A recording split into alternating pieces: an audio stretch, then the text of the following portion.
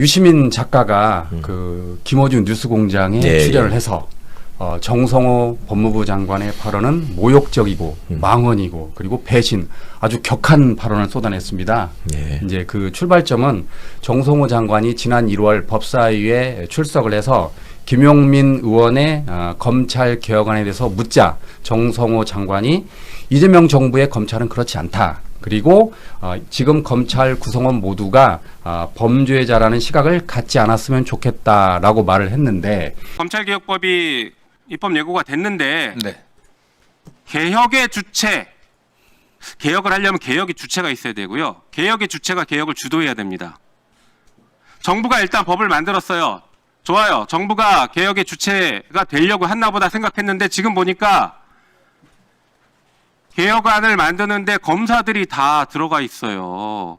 검사들 입김이 너무 많이 작용했어요. 이게 개혁의 주체가 아니라 개혁을 방해하는 세력들이 검찰 개혁안을 만들 건 아니냐라는 국민들의 우려가 큽니다.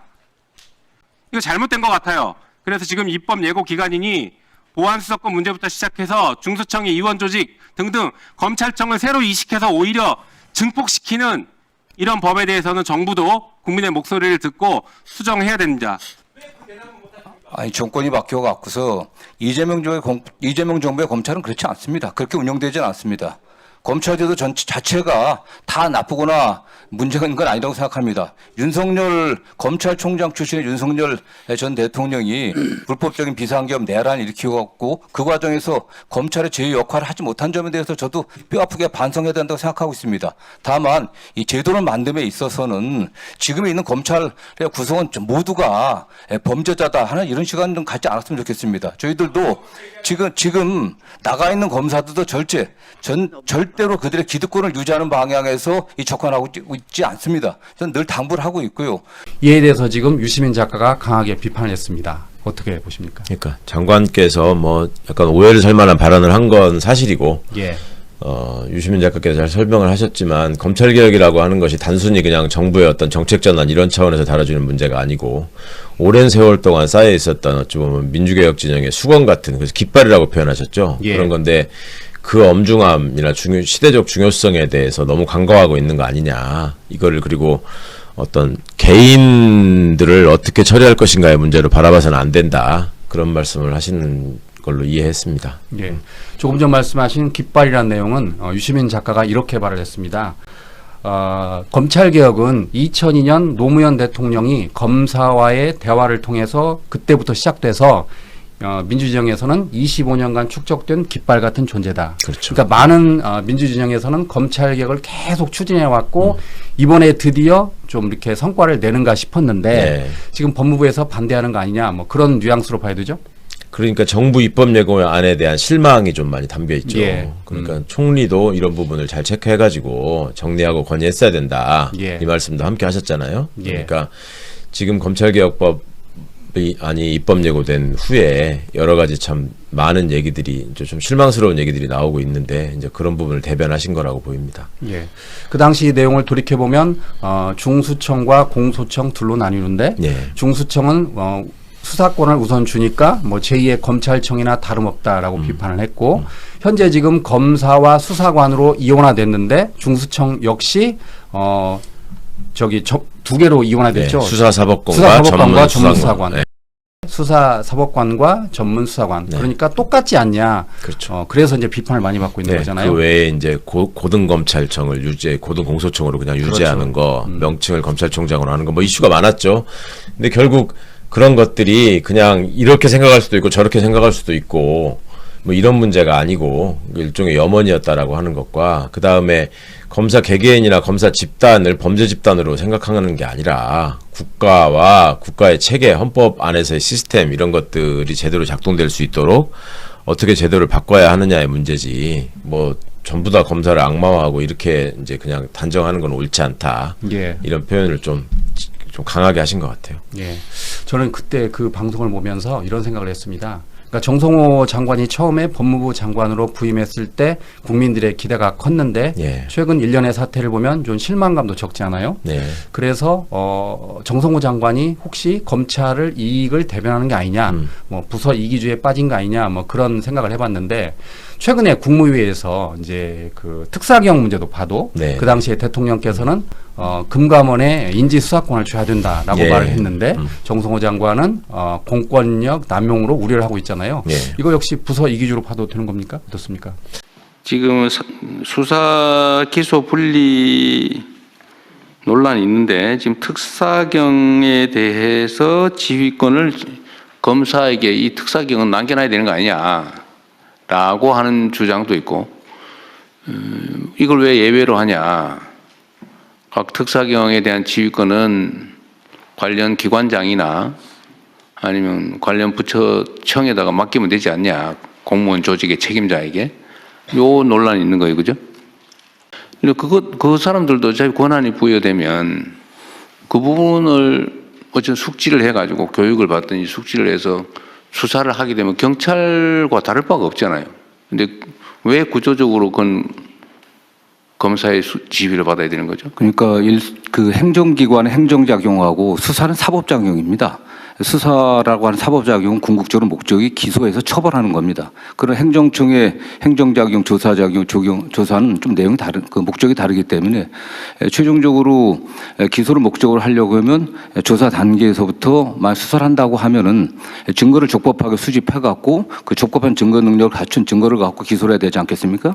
그렇기 때문에 최초 단계부터 법률 전문가의 어떤 지휘를 받지 않게 되면 또는 조언을 받지 않게 되면은 증거 수집 단계부터 문제가 되고요. 또 법률 구성에서 굉장히 어려운 점들이 많습니다. 그러니까 장관으로 가면 그 예. 부처 직원들의 의사를 어느 정도 수렴하고 그 사람들의 좀 마음을 얻고 또 한편으로 달래고 할 필요가 있죠. 예. 근데 이제 이런 이슈와 관련해서 법무부 장관으로서 지금 말씀하는 게 이 일관되게 말하자면 검사들의 입장을 대변하시는 것처럼 지금 보인다는 거예요. 예. 이게 전에도 한번 말씀드렸지만 국무위원은 국민을 대신해서 국민에 대한 봉사자인 공무원들을 총괄하고 지휘하는 자리다. 그러니까 이제 지금 국민의 편에서 이 여러 문제를 보고 있는 것이냐, 아니면 검사의 눈으로 이걸 보고 있는 것이냐, 이런 점에 대해서 이제 많은 분들이 조금 비판하고 지적하시는 분들이 이제 생긴 건데, 법무부 장관으로서 또 일종의 고충도 있을 겁니다. 거기 가서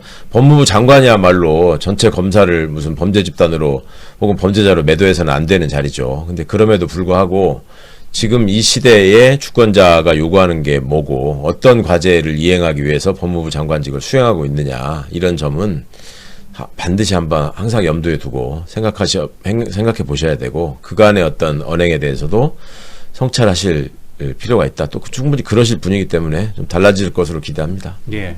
저는 추가로 그 이문정 동부지검장이 생각이 예. 나더라고요. 예. 그러니까 그 25년 10월 14일 패북을 살펴보니까 당시에 그 이문정 동부지검장이 백혜령 경정의 합동수사팀 참여와 관련해서 이런 글을 썼습니다. 처음에는 혹시나 싶어서 동부지검 마약 의혹 수사팀을 색안경을 끼고 보았다.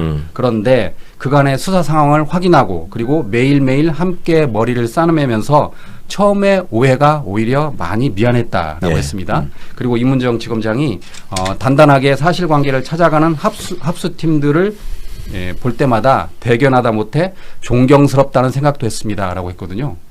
이것도 그 당시에 논란이 많았잖아요. 그렇죠. 예. 그러니까 이제 그 비슷한 얘기를 참여정부 때 옛날에 강금실 법무부 장관 계셨잖아요. 예. 그분이 당시에도 이제 그 검찰개혁을 강력하게 추진하려는 의지를 보였잖아요, 참여정부가. 예. 그러면서 검찰총장 당시 송광수하고 이제 일종의 갈등설 이런 것들이 불거지고 했는데, 그래서 두 분이 이제 함께 모처에서 만나가지고 회식을 하고 좀 술에 좀 얼굴이 벌게진 얼굴로 검찰총장의 그 팔짱을 법무부 장관이 끼고 예, 뭐 이런 그랬죠. 모습도 연출하고 그랬었죠. 그때 그러고 나서 강금실 장관도 검사님들은 하얀 눈사람 같은 사람들이다. 예. 뭐 이런 내용을 담은 편지를 쓰신 적이 있어요. 그러니까 이제 그 안에서 그 논리와 그 상황에 둘러싸이다 보면 상당히 이제 그쪽 얘기들을 귀담아 듣게 되는 면도 있고, 또 그럼에도 불구하고 가야 될 길이 있기 때문에 이 사람들을 다독여가면서 가야 될 어떤 목표를 향해서 같이 가야 될, 끌고 가야 될 리더로서의 책임도 있고, 이제 그런 점들을 고충이라고 제가 표현하는 겁니다. 예. 지금 정성호 장관도 그런 상황이 있는 것 같고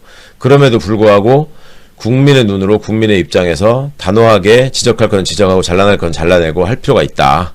그것이 미흡하다고 보이기 때문에 국민적인 비판을 받고 있는 것이다. 이런 점을 생각해 보시라 하는 겁니다. 예. 지난번에 국무회 때 그 나온 이야기인데 대통령이 그 민간기관인 금감원에게도 인지수사권을 주자 그랬는데 네. 법무부는 물론 금융위원회도 지금 사실상 반대를 하고 있잖아요. 의원님 어떻게 보십니까? 금감원의 인지수사권이 필요한가요? 그게 이제 전적으로 어찌 보면 그 대통령의 입장에서 보자면 조직 간의 권한 다툼 내지는 밥그릇 싸움으로 비칠 수 있어요. 예. 그런데 이제 금감원에다가 그 인지수사권을 주자는 말씀은 큰 틀에서 대통령이 하실 수 있고 필요한 말씀이에요. 왜냐하면 특사경 우리가 이제 특별사법경찰이라고 부르는 게 그 각 분야의 전문성을 갖고 있단 말이에요. 그래서 어떤 일이 생기면 신속하게 그걸 조사해서 조치하고 국민의 입장에서 불편함을 더는 거는 필요하죠. 그리고 대통령은 지금도 국무회의 때나 뭐 청와대 수보회의 때 말씀하시는 걸 보면 신속한 행정 집행 작용을 많이 강조하시잖아요. 예. 이게 시간이 가면 효과가 떨어진다 이런 얘기를 하는데 그럴 때 이 특사경이라는 존재가 어떤 범법자들에게 얼마나 그 효과적인 어떤 제재 수단인지 제어 수단인지 이거를 그간의 시장 도지사 경험을 통해서 이제 충분히 알고 계신단 말이에요. 그러니까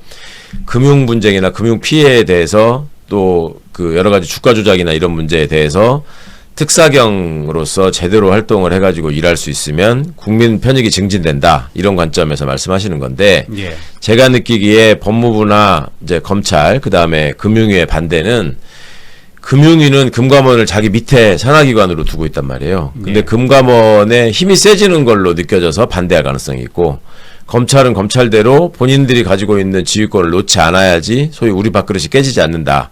이런 생각을 가진 면이 분명히 있을 겁니다. 그러니까 그런 점에 대해서 정책 수행 과정에서의 오류나 시행착오가 있을 수 있다면 미리 점검을 해야 되겠지만 그 말을 저 기관들의 입장 때문에 뭐 거둬들이거나 피해 나갈 필요는 없다. 그렇군요. 어쨌든 이 밥그릇 싸움이 계속될수록 피해보는 건 국민일 겁니다. 그렇습니다. 예. 이재명 대통령이 검찰 개혁에 대해서 언급을 했는데 검찰이 마녀가 된 것 같다라고 아주 직설적으로 비판했습니다. 네. 대통령 본인이 한 20건 정도 기소가 된 것 같더라. 그런데 검찰이 기소할 때마다 너 죽어봐라는 식으로 한다는 거예요. 네. 그런데 본인이 다행히 법원으로부터 무죄를 받아서 정말 어렵게 살아왔다. 그런데 문제는 검찰이 이제 물론 일부이겠습니다만 일부러 사건을 덮는다. 그리고 사건을 덮어서 돈을 벌고 사건을 만들어서 성공을 한다. 없는 사건 만드는 게 검찰의 실력이다라고 비판을 했습니다. 예. 어떻게 보세요? 뭐 그간의 경험에서 비롯된 또 그동안에도 여러 차례 얘기하셨던 말씀이고 예. 또 국정의 최고 책임자로서 이런 식의 국가기관이 이런 식의 행태를 보이는 건 절대 용납하지 않겠다. 대통령이 그 국무회의나 아니면 공개적인 업무보고 자리에서 많이들 말씀하시는 게 국가가 군인에게 아니 국민에게 왜 이렇게 잔인하냐, 국가가 국민에게 왜 이런 식으로 나오는 거냐 이런 말씀 하잖아요. 그런 차원에서 말씀을 한 거죠. 네. 대통령은 또 그 하루 전인 국무회의 때 검찰을 또 비판했는데 이거는 이제 그 중국 순방 그 기자회견 때도 한 내용인데 두 번 이야기한 거예요. 결과적으로 무슨 내용이냐면 무죄를 선고하면 예. 그거를 무리하게 기소한 검찰을 비판하는 게 당연한 논리적 순서인데 맞습니다. 예. 특정 정파의 특정 사건에 대해서는 검찰을 비판하는 언론이 있더라. 예. 이게 말이 되냐 이런 말 하신 거 말씀이죠. 그렇죠. 예. 그러니까 이제 일부 지상파와 일부 뭐 종편을 언급하시면서 예. 그러니까 이재명 대통령은 최종 판결은 법원이 하니까 법원 판결에 따라 되는데 네. 왜 이재명과 민주당이 들어가면 그 항소 포기 관련해서 검찰이 옳다고 판단을 하느냐. 예. 이건 문제가 있지 않느냐라면서 방송통신위원장한테 또 뭐라고 했어요. 네. 이거 어떻게 못하느냐. 어떻게 보세요, 그는? 그러니까 그것도 뭐 한두 번 벌어진 일이 아니잖아요. 예. 그리고 이제 그런 말씀도 했어요. 그 공영방송이나 종편들은 상대적으로 특혜를 받고 있다. 맞습니다. 예. 예. 그거 너무너무 잘 아시잖아요. 전파. 그러니까, 네. 그러니까 그런 점을 국가로부터 그런 특혜를 받으면 훨씬 더 공정한 보도를 해야 되는데 어떻게 이렇게 본질적으로 편파적인 태도를 취하느냐 하는 점을 이것도 역시 이제 헌법적 관점에서 언론의 기능이나 제대로 된 역할이나 이런 것들을 좀 박미통위가 바라봐야 된다 이런 지적과 주문을 하신 거라고 보였습니다. 대통령이 그 이야기 하시더라고요. 그 신문은 특별히 뭐 만드는 거는 개인 자유니까 어쩔 수 예. 없지만 방송사는 전파라는 공공의 자산을 가지고 있기 때문에 그렇죠. 그 이미 특혜를 받고 시작하잖아요. 예. 그러니까 누구보다 공정해 두는 거 아니냐. 예. 그런데 왜 일부 종편은 그러냐라고 하면서 아주 그냥 크게 호통을 하시던데. 예, 예. 그러니까 앞으로 이제 그런 식의 뭐랄까 정파적 언론으로서 기능하는 종편에 대해서는 방미통위의 이제 제어가나 재승인 심사 과정에서 훨씬 더 엄격한 잣대가 적용될 수 있을 것 같고, 그것들을 또 예방하기 위한 조치들도 많이 이제 준비를 해야 될 것이고, 그러기 위해서 이제 방통위가 방미통위로 개편이 된 거잖아요. 예. 그러니까 그런 점들을 지금 방미통위 위원장인 김종철 위원장이 헌법을 전공한 교수입니다. 그러니까 그런 헌법적 차원에서 이 공공재가 그 사적으로 남용되지 않도록 이런 점들을 지적하신 거라고 들었습니다. 대통령 기자회견 때는 그 검찰의 보안 수사권도 나왔는데 약간 좀 논란이 있을 것 같습니다. 네. 대통령이 뭐라고 말씀하셨냐면 보안 수사를 안 하는 게 맞다. 그런데 예외적으로 필요한 경우도 있다. 이렇게 언급하셨어요. 그러면서 가령 공소시효가 이틀밖에 안 남았는데 보안 수사권이 전면 금지되면은 경찰에 이걸 보내고 가는데 이틀이 걸려서 끝나버린다. 예. 이런 경우는 예외적으로 보안 수사권을 필요한 게 아니냐라는 식으로 예를 드셨는데 이건 또 어떻게 해석을 해야 됩니까? 글쎄 그 말씀 때문에 많은 분들이 놀라시고 저한테 이제 물어보시던데 두 가지 측면이 있을 수 있다고 봅니다. 하나는 대통령께 잘못된 정보를 주입하는 왜곡된 보도를 하는 사람이 있다. 예. 보고를 하는 사람이 있다. 그러니까 보안 수사권과 관련해서 이러이러한 문제가 생길 수 있다라는 논의들이 그동안에 많이 나왔었잖아요. 그때 공소시효가 며칠 안 남았는데 그럴 때는 그럼 어떻게 하란 말이냐 이런 말이 나왔었거든요.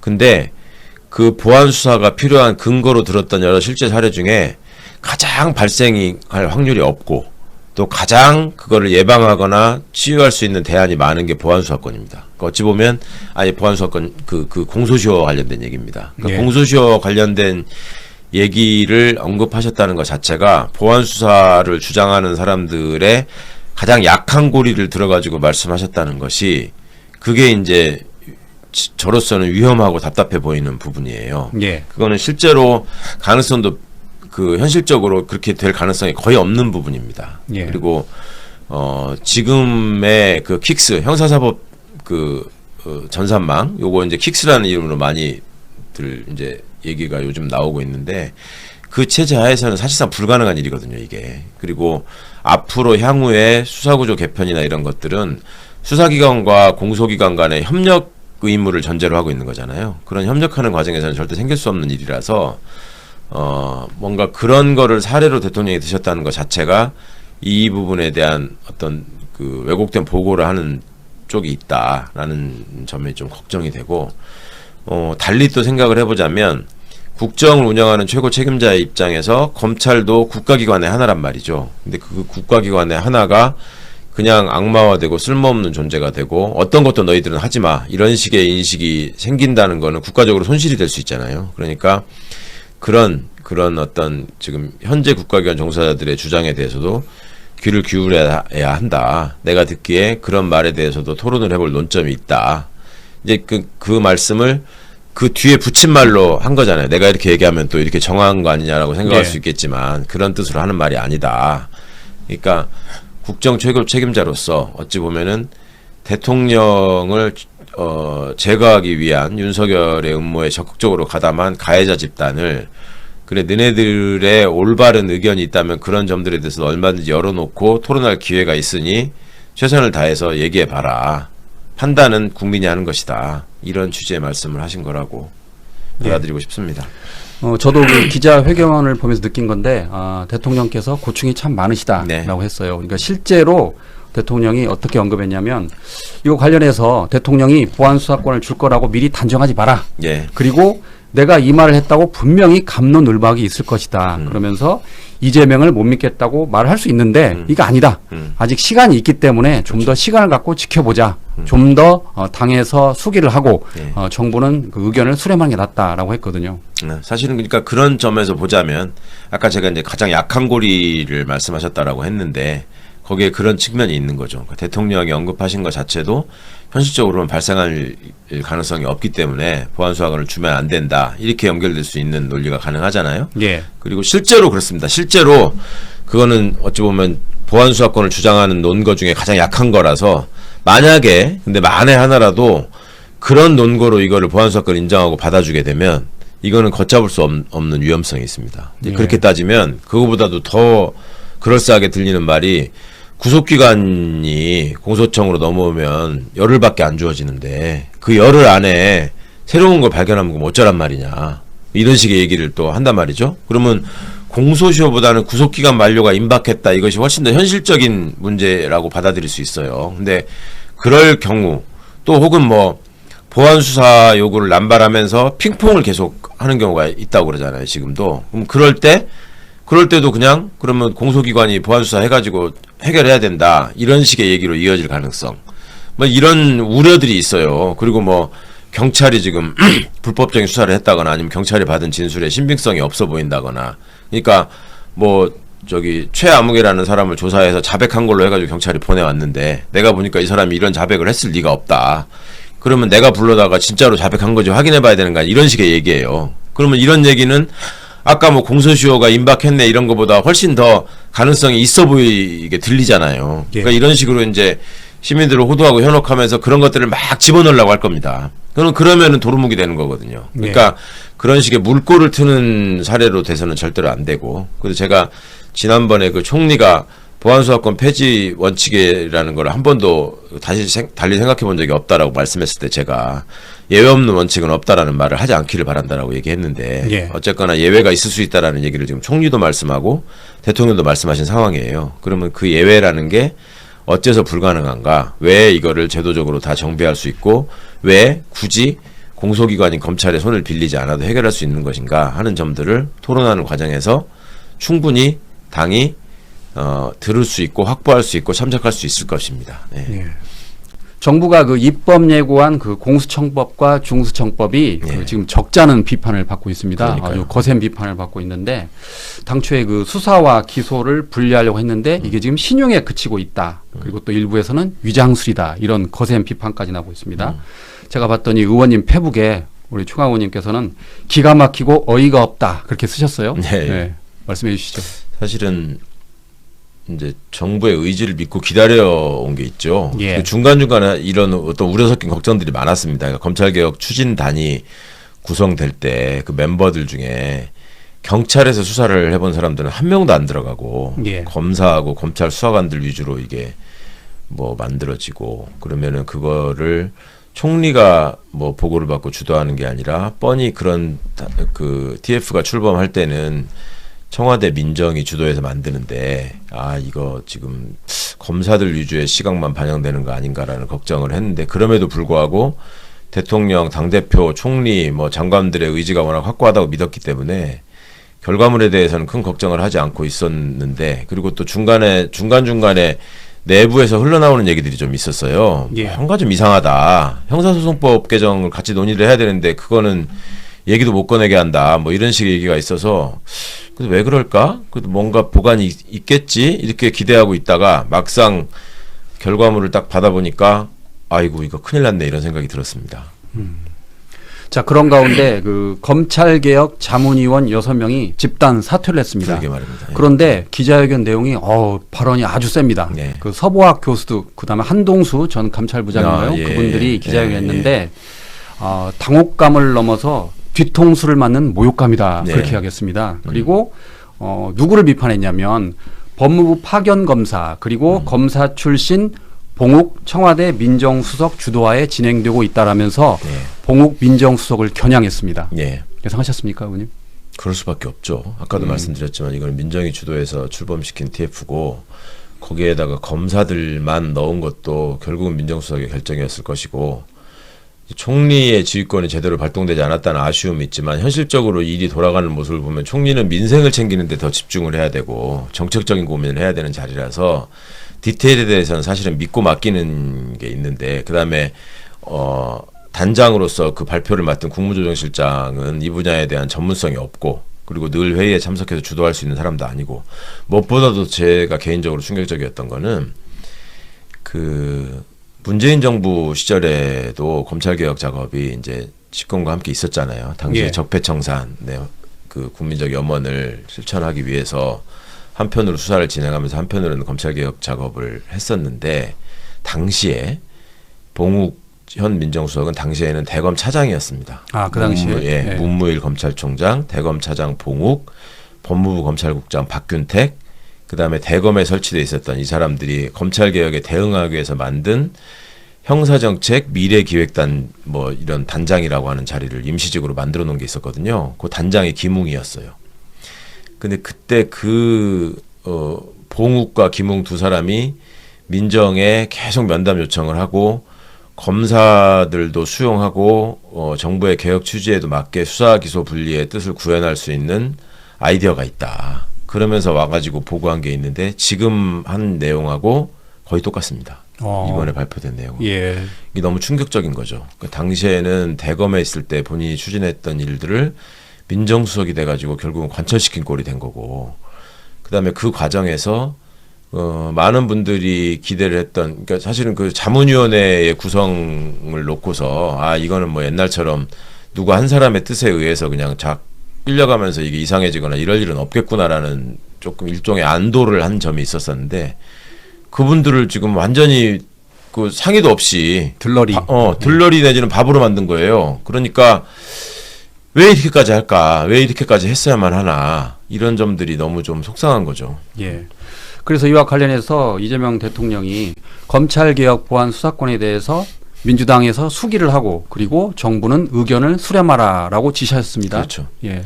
박선원 의원이 그 지적을 하시던데 당에서 수기하라라고 말씀을 했어요. 예. 그 당에서 수기한 결과를 정부가 수용하라는 뜻으로 말씀을 했죠. 근데 그거를 국회가 논의하라는 말 뭐 이런 식으로 그 보도하는 데도 있고 예. 그런 워딩을 쓰는 사람도 있고 국회하고 당은 다른 겁니다. 그렇죠. 네. 예. 그리고 국회하고 논의하라는 거는 내란 세력이 포함되어 있는 국힘과 함께 논의하라는 얘기인데 그 논의가 됩니까? 그렇게 하면? 건강한 논의가? 그러니까 당이 주도해서 이거는 법안을 새로 만들어라라는 대통령의 뜻이라고 저는 해석을 했고요. 대통령께서도 이 문제의 심각성을 확실하게 이제 인지하셨고 그렇다면 저는 누군가는 이거는 해명하고 책임을 져야 될 일이라고 생각합니다. 예. 그러니까 지금 이 일에 실무적으로 어쨌거나 책임을 지는 위치에 있었던 사람이 총리였고 그다음에 총리 밑에 국무조정실장이 있고 TF 단장으로서 그다음에 사실상의 실무를 총괄한 민정수석이 있고 그다음에 법무부 장관, 행안부 장관이 여기에 이제 의견을 내고 토론하는 주체로 참여를 하고 하셨는데 결과적으로 보면 대통령도 이런 부분에 대해서 디테일한 보고를 못 받으신 것 같거든요. 예. 그러면 누가 보고를 안 했을까? 왜 안 했을까? 이게 너무 궁금한 거죠.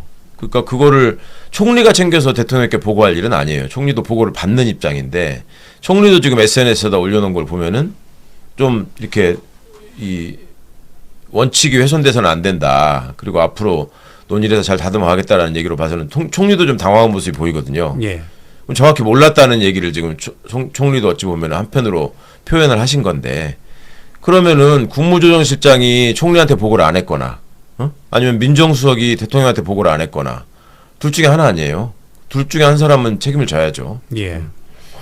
그래서 그 자문위원들의 그 기자회견을 보면은 그 현재 지금 안이 대공소청, 고등공소청, 지방공소청 세 개가 있는데 당초에 그 위원들은 2개를 하자겠다는 거예요. 그렇죠. 그러니까 고검이 필요 없으니까 대공소청, 지방공소청 2개만 하자고 그랬는데 고등공소청이 그대로 들어가 있다라고 반발을 하더라고요. 네네. 그것도 그러니까 애초에 그런 논의가 있어가지고 자문위원회에서 논의가 됐으면 예. 반드시 바깥으로 그 얘기가 나왔을 거고 시끄러워졌을 겁니다. 이게 지금 뭐 하자는 옛날 검찰청 그대로 두자는 거냐 이 생각 그런 얘기가 나왔을 때는 사실 고검 무용론은 그 전부터 나왔던 얘기고 예. 이게 이제 공소청 체제로 바뀌면서는 더더욱 필요가 없는 건데 이게 결국은 담겨 있는 의도는 가장 그 의심받을 수밖에 없는 게 상황 바뀌면 다시 옛날 검찰청으로 돌아가겠다. 그러기 위해서 조직을 그대로 유지하는 거 아니냐. 이게 또 이제 명칭까지도 공소청의 장이 어떻게 검찰총장이야. 그러니까요. 그걸 유지하겠다고 하는 거에도 그런 의도가 드러난다고 보고요. 제가 다른 자리에서도 좀 말씀을 드렸는데 아니 공소청의 장을 검찰총장이라고 부르면 그러면 경찰청의 장은 치안총장이라고 부르고 기상청의 장은 뭐 기후총장이라고 부르고 그렇게 되는 겁니까? 근데 뭐 기사를 언제 보면 이런, 헌법 예. 때문에 검찰총장 해야 된다. 그것도 예. 좀 호도하는 말인 것이 예.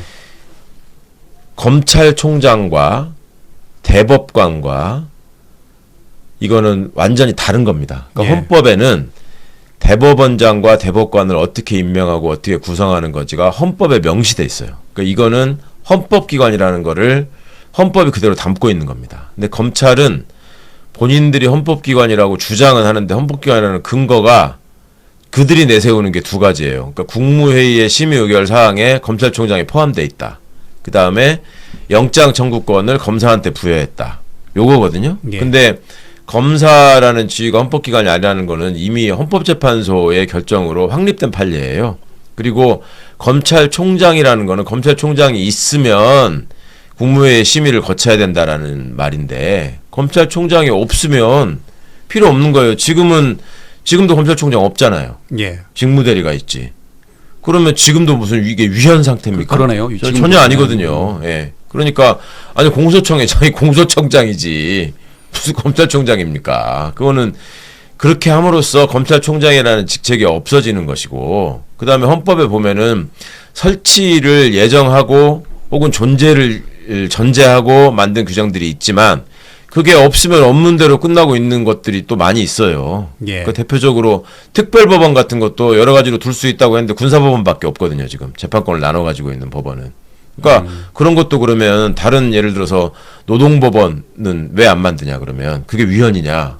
그거 아니거든요. 그러니까 이런 식의 어떤 말장난, 이런 호도 이게 이제 검사들이 쓰는 전형적인 수법인데 속지 않으셨으면 좋겠습니다. 저는 그 헌법에서 검찰총장이 명시돼 있어서 그런 줄 알았는데 의원님 말씀 보니까 그게 헌법에 아니네요. 명시돼 있으려면 검찰총장은 이러이러한 자격을 가진 자를 임명한다. 그 다음에 검찰총장의 임명 절차는 이러이러하다. 이런 게 있을 때 가능한 말이에요. 그러니까요. 지금 그게. 근데 기사에 그렇게 나와 있어요. 그래서 저도 이제 그런 줄 알았는데 우리 의원님 말씀을 들어보면 전혀 사실이 아니네요. 그러니까 그 언론 플레이 하고 있는 거죠 그렇군요. 지금 속이기 위해서. 그리고 또 그 이거는 이제 박은정 의원이 법사위 전체회에서 한 이야기인데 네. 그 공소청 검사가 수사를 못하는 게 아니다. 형사소송법 제196조 검사의 네, 수사가 네. 있다는 거예요. 예, 예. 저 이번에 처음 알았는데 그러니까 공소청에서 검사를 수사를 못하겠는데 거기서만 끝나버리면 이 형사소송법 제196조에 따라서 검찰이 그걸 근거로. 수사를 할 수 있다는 거예요. 그렇죠. 그러니까 이것도 완전히 속이는 거다 뭐 그러던데. 그렇죠. 그것도 그러니까 꼼수가 있는 거예요. 예. 그런 점들 때문에 처음부터 형소법에 검사의 수사권, 보안 수사권을 보장한 것도 함께 바꿔야 된다. 그래야지 세트가 완성되고 10월에 문제없이 출범한다. 이 얘기를 한 거였고 예. 지금 입법 예고 기간이나 여러 가지를 포함했을 때 지금 빨리 이게 이제 법안이 성안돼서 제출돼야 된다라는 말을 해서 지금 어찌 보면은 이걸 마지노선으로 좀 발표를 한 건데 이게 일종의 침대 축구죠. 그러니까 그런 거를 별도로 빼놓으면 그와 관련한 논의를 한다고 또 시간이 갈 거 아닙니까? 그러면서 제가 그러지 않기를 바라지만 제가 정치검사로서 이걸 어떻게든 저지해야 되겠다고 생각을 하면은 우선적으로 과거부터 쭉 써먹었던 수법이 시간을 끌다가 선거하고 연계시키는 거예요. 예. 그럼 지방선거가 지금 몇 달 앞으로 다가왔잖아요. 그 전에 이 검찰개혁 문제를 또 정치적 쟁점으로 부각시켜가지고 지방선거의 본질도 훼손하는 거죠. 그리고 어떤 지지자들, 검찰개혁을 염원하는 시민들을 분열시키는 효과도 있는 거고. 그러겠네요. 그러니까 이제 그런 아주 그 더럽고 악의적인 의도가 숨어있지 않기를 바랍니다. 예. 그 중수청은 또 그 제2의 검찰청이 될 거다라는 우려가 많습니다. 그러니까 그 중수청에 우선 수사권을 주는데 권한이 너무 많아요. 너무 예, 많다는 지금 거죠. 보면, 예, 예. 예. 그리고 또 이제 당초에는 그 자문위원 안에는 그 검사와 수사관 현재 이원한데 이걸 일원화하자고 그랬나 봐요. 네, 네. 그런데 이제 정부안을 보면 수사사법관과 전문수사관 둘로 이원화했다. 그러니까 지금 수사사법관이 사실상 검사잖아요. 그렇죠. 그럼 뭐가 바뀌냐라고 불만이 많던데. 그 수사사법관이라는 명칭도 되게 희한하잖아요. 근데 그 명칭을 처음부터 제안하고 고집한 사람이 봉국수석이라고 지금 많이 알려지고 있거든요. 예.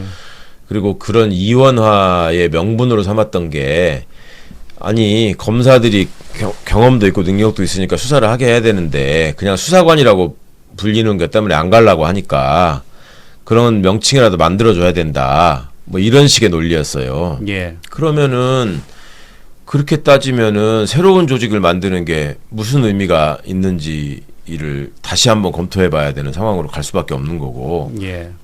또 하나는요. 이게 말이 안 되는 게 그 경찰에도 지금 변호사들이 많이 채용돼서 들어가 있거든요. 그러면 변호사 자격이 있는 경찰관들은 경찰 사법관이라고 따로 불러야 됩니까? 그러니까 그런 시도도 한 적이 없고 그렇게 생각해 본 적도 없고 당사자들도 전혀 그렇게 생각하지 않고 경찰 계급을 가지고 거기서 근무하고 있단 말이에요.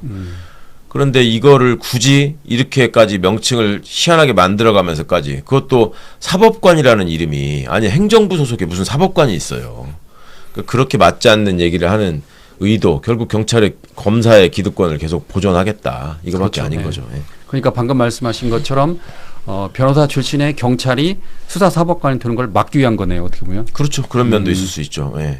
계속 그래서 검찰 쪽이 중수청에 가서도 고위직을 경찰보다 다 차지하겠다. 우위에 있으려는 예, 예. 그런 꼼수가 있네요. 그렇죠. 노림수. 경찰이 들어오는 것도 맞고 예. 그러니까 유능한 경찰이 중수청에 가가지고 수사역량을 발휘해서 장이 되고 싶고 고위 간부가 되고 싶고 이런 그 바람이 있을 거 아니에요. 그걸 원천적으로 봉쇄하고 이거는 검사들 위주의 조직으로 만들어서 향후에 상황 바뀌면은 다시 검찰청으로 전환시킨다. 그러기 위해서 최대한 모양새만 그럴싸하게 해놓고 그냥 과거의 검찰보다도 오히려 권한을 확대한 수사기구로서 중수청을 갖고 있다가 공소청하고 합치면 원래 이름도 검찰총장이라고 보유하고 있을 수 있으니 다시 검찰청 부활시키는 건 별 문제가 없다.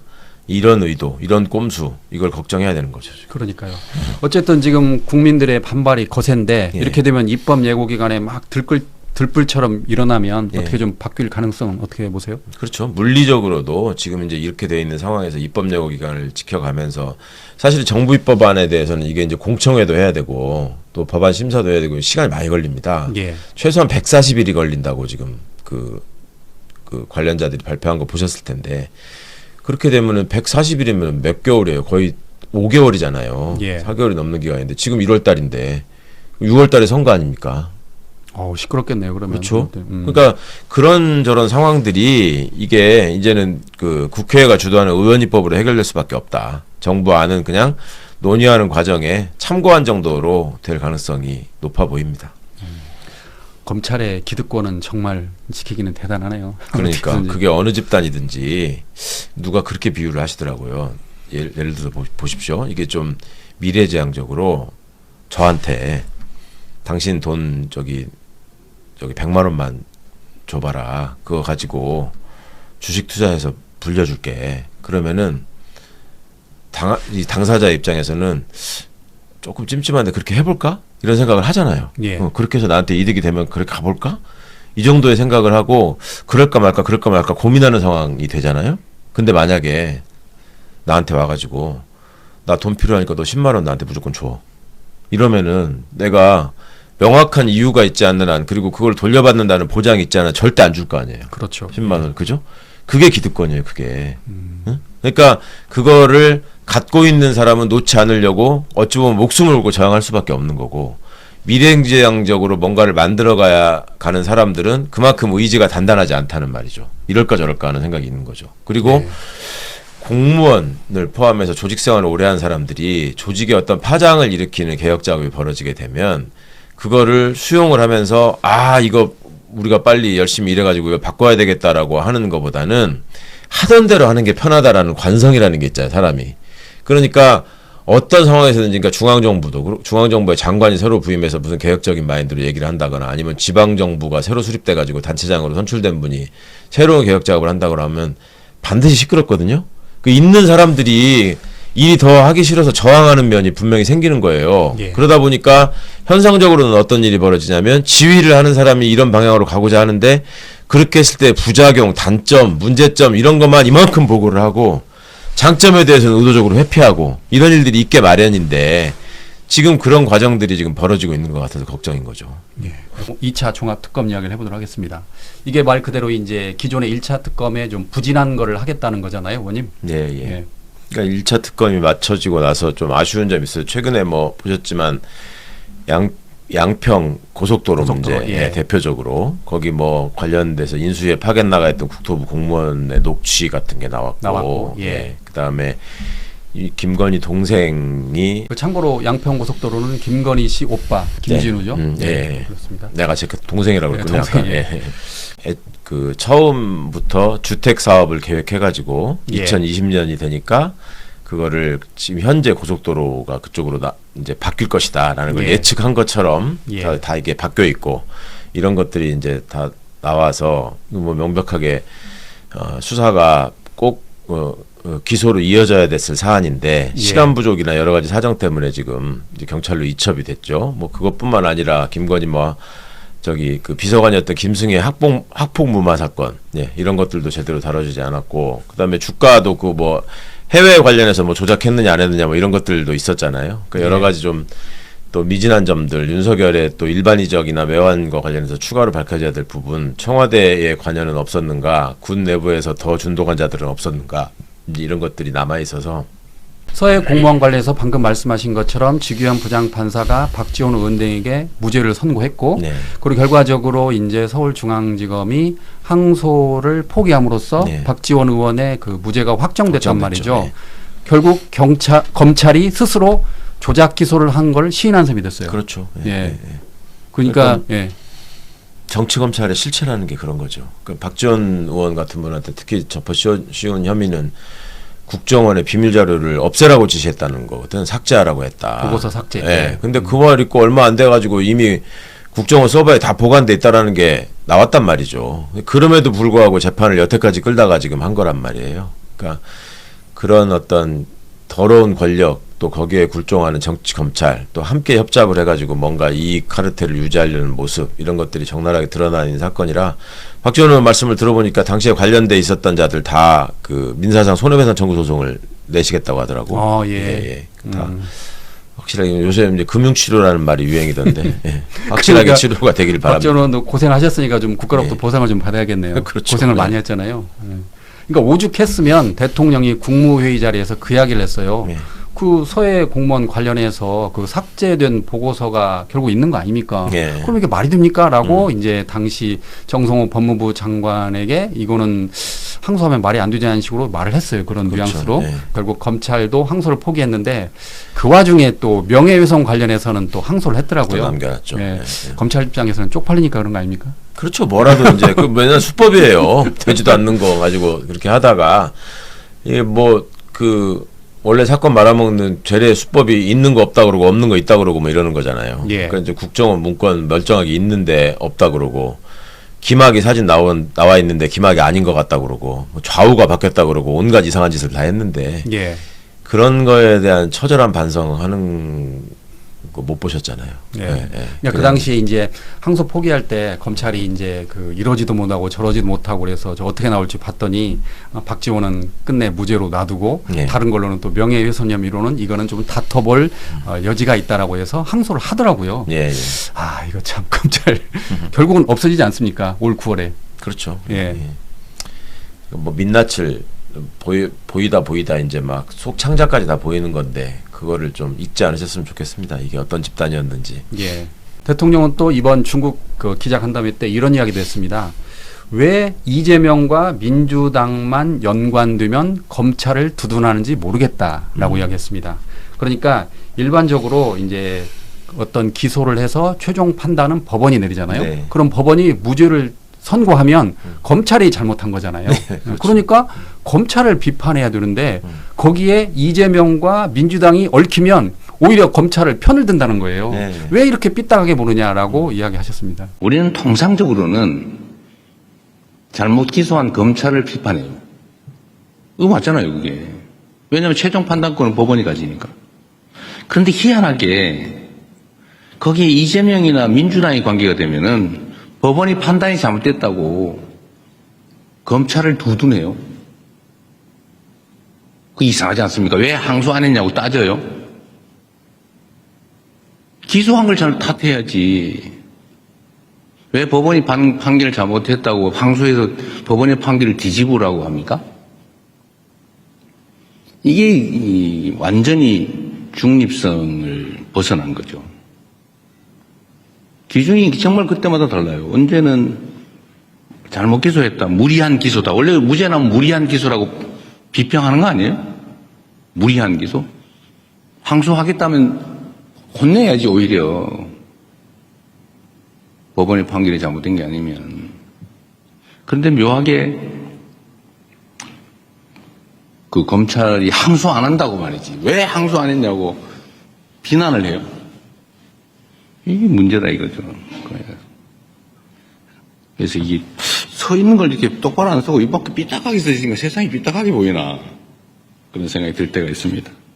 그러니까 단순히 삐뚤어진 시선뿐만 아니라 그걸 넘어서는 이제 그들의 어떤 카르텔이나 그들의 이해관계가 그만큼 강고하다는 거죠. 예. 그러니까 그동안에 검찰 개혁을 왜 그렇게 악을 쓰면서 반대했던가 하는 것들도 이렇게 드러나는 건데 검찰의 막강한 권한과 폭넓은 재량권을 쥐어줘야지만 자기들이 나쁜 짓을 하기가 편하다. 뭐 그런 얘기를 자백하는 거 말고 뭐 그게 무슨 의미가 있겠어요. 예.